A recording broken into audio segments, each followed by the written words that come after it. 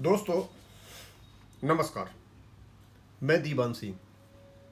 मैं बताना चाहूँगा कि सिंगला पेंशन अपडेशन के बारे में एडवोकेट कमल पाटनी लगातार निर्भीकता के साथ, स्पष्टवादिता के साथ जिस जगह जहाँ लिखना चाहिए लिख रहे हैं। और बहुत ही विद्वान जे शुक्ला जी अपने लेखों से पीछे के जो जितने भी कारनामे और वर्तमान में उनको लिंक कर करके आपके सामने ला रहे हैं। कभी कभी वेणुगोपालन साहब भी अपना जो नॉलेज है वो दिखा रहे हैं। उनका भी लेटर मैंने आज डाला। मैंने सवेरे सवेरे देखा, नेशनल कन्वीनर जे शुक्ला जी ने एक लेख लिखा, मुझे बड़ा प्रभावित किया, क्योंकि इस वर्तमान समय में जरूरत है ऐसे ही मनोबल की। हमें पता है कि हमारे साथ अन्याय हो रहा है और मैं तो अचंभे में हूं जब माननीय सुप्रीम कोर्ट यह कहता है कि पेंशन और पेंशन अपडेशन इनसेपरेबल हैं, तो फिर रूल्स और रेगुलेशंस ढूंढने की जरूरत कहां पर है? ये तो स्वयं सुप्रीम कोर्ट का ही बनाया हुआ नियम है ना। तो फिर जुडिशियल एक्टिविज्म ये ह्यूमन राइट्स और फंडामेंटल राइट्स के लिए कहां चली जाती है जब उन आतंकवादियों के लेकर के जुडिशियल एक्टिविज्म सुप्रीम कोर्ट में आ जाती है? अभी तो ये शुरुआत है। पता नहीं कितने लोग कितने लेख लिखेंगे और कितना दुखी हैं। लेकिन मैं अभी जे शुक्ला साहब का ये लेटर पढ़ के बताता हूं। कहते हैं, हो गई है पीर पर्वत सी पिघलनी चाहिए, हो गई है पीर पर्वत सी पिघलनी चाहिए, इस हिमालय से कोई गंगा निकलनी चाहिए। आज यह दीवार पर्दों की तरह हिलने लगी, शर्त लेकिन थी कि यह बुनियाद हिलनी चाहिए। हर सड़क पर, हर गली में, हर नगर, हर गांव में हाथ लहराते हुए हर लाश चलनी चाहिए। सिर्फ हंगामा खड़ा करना मेरा मकसद नहीं, सारी कोशिश है कि यह सूरत बदलनी चाहिए। मेरे सीने में नहीं तो मेरे सीने में सही, हो कहीं भी आग लेकिन आग जलनी चाहिए। दुष्यंत कुमार। मेरे सीने में नहीं तो मेरे सीने में सही, हो कहीं भी आग तो आग जलनी चाहिए। दोस्तों, ये जो आग हमने जला रखी है हम इसको बुझने नहीं देंगे। ये चाहे कितनी ही कोशिश कर ले, सिंगला साहब वाले केस को कितना ही रोक लें, कितना ही डिले कर लें, ये आग जलती रहेगी और ये तीव्र होगी यहां से आगे। इसको रोकने वाले बिल्कुल भूल जाएं कि तुम्हारे मनोबल तोड़ करके ये जो आग जल रही है हमारे दिलों में, इसको आप रोक सकते हो।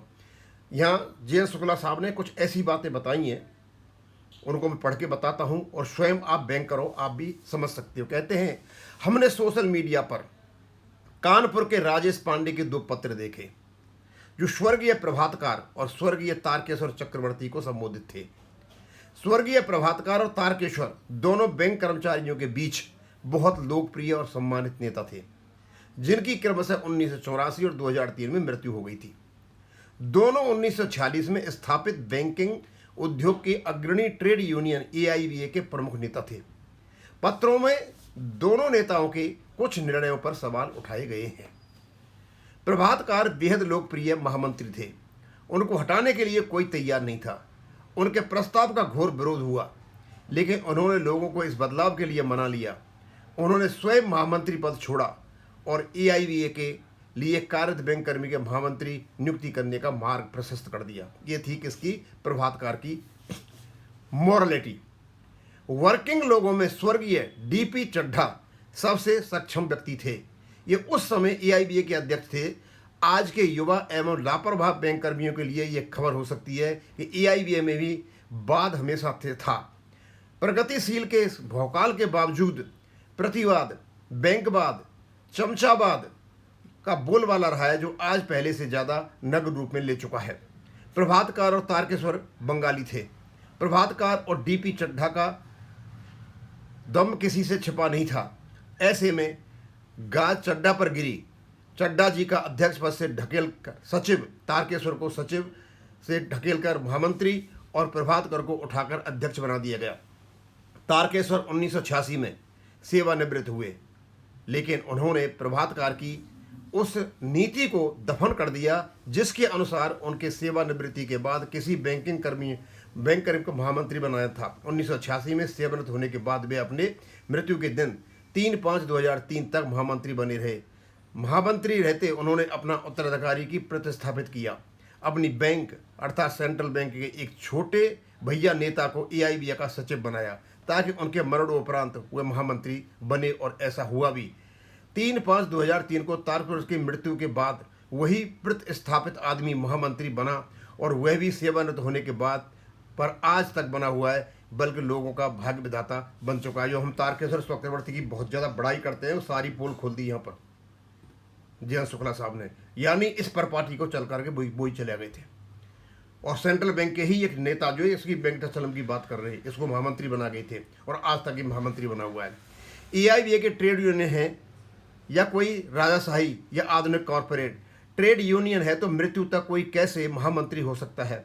ट्रेड यूनियन है तो वर्तमान महामंत्री अपना उत्तराधिकारी कैसे प्रतिस्थापित कर सकता है? एआईबीए अगर बैंकिंग कर्मियों का संगठन है और इस पर रिटायर्ड लोगों का कब्जा है, अगर कोई आजीवन महामंत्री अध्यक्ष रह सकता तो कैसे रह सकता है?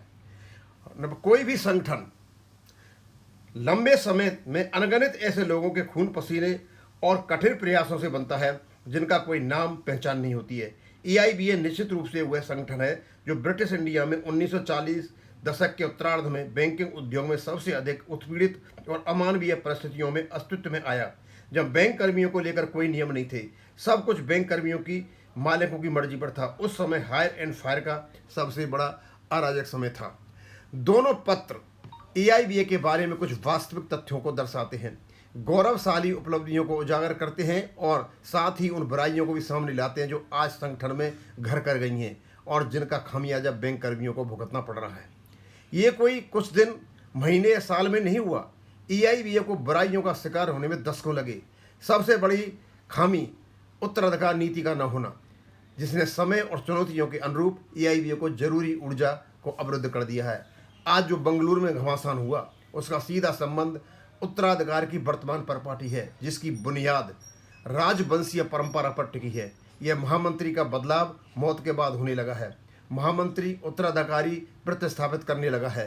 प्रभातकर ने अपने अंतिम दिनों में एआईबीए में जरूरत को शिद्दत से महसूस किया और उत्तराधिकार नीति की 1980 में आधारशिला रखी। उन्होंने महसूस किया कि बैंकों के राष्ट्रीयकरण के बाद विकास, विस्तार और कर्मचारियों की संख्या में बड़ी वृद्धि के आलोक में एआईबीए के नेतृत्व में ऊर्जावान बनाए रखने के लिए अब एआईबीए का महामंत्री कोई वर्किंग बैंक कर्मी होना चाहिए।